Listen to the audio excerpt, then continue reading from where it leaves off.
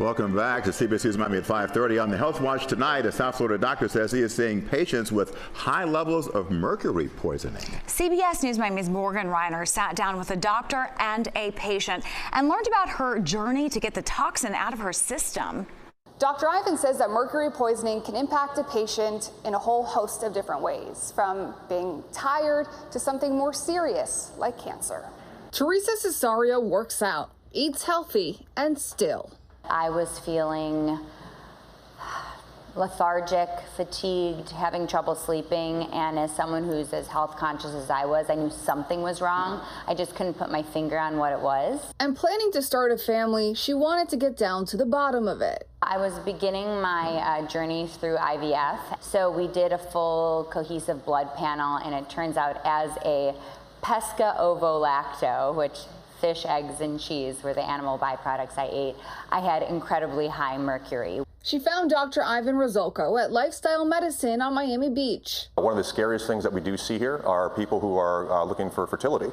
You know, when you get pregnant, they say don't eat fish because of the mercury, but they never check to see if that person's already mercury toxic, which can lead to a lot of issues, whether it's miscarriages, inability to conceive, you know, issues when it comes to birth defects. He says eating a lot of fish, specifically big fish like tuna, is a big culprit, but not the only one.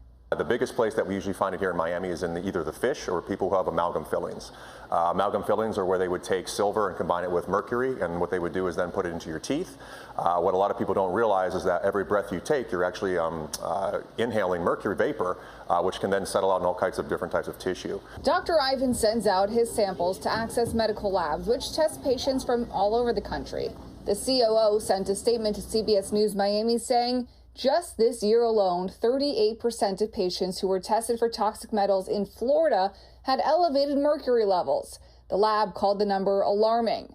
Dr. Ivan said at his office, that number is more like 80%. One, stop eating anything that could actually contribute to the mercury being accumulated in your system.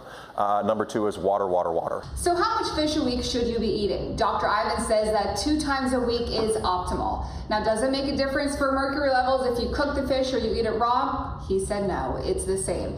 And what about farmed fish versus wild fish? He said it's a trade-off. While farmed fish will have less mercury, there will be more antibiotics in it. Dr. Ivan put me on a full plan, and I felt like all the brain fog went away. I was sleeping 7 hours a night and just felt an overall sense of energy that I hadn't felt in years. Dr. Ivan says if you want to get tested, to find a local physician that specializes in mercury testing, and that test can range anywhere from $50 to a few $100s. In Miami Beach, Rynor, CBS News, Miami.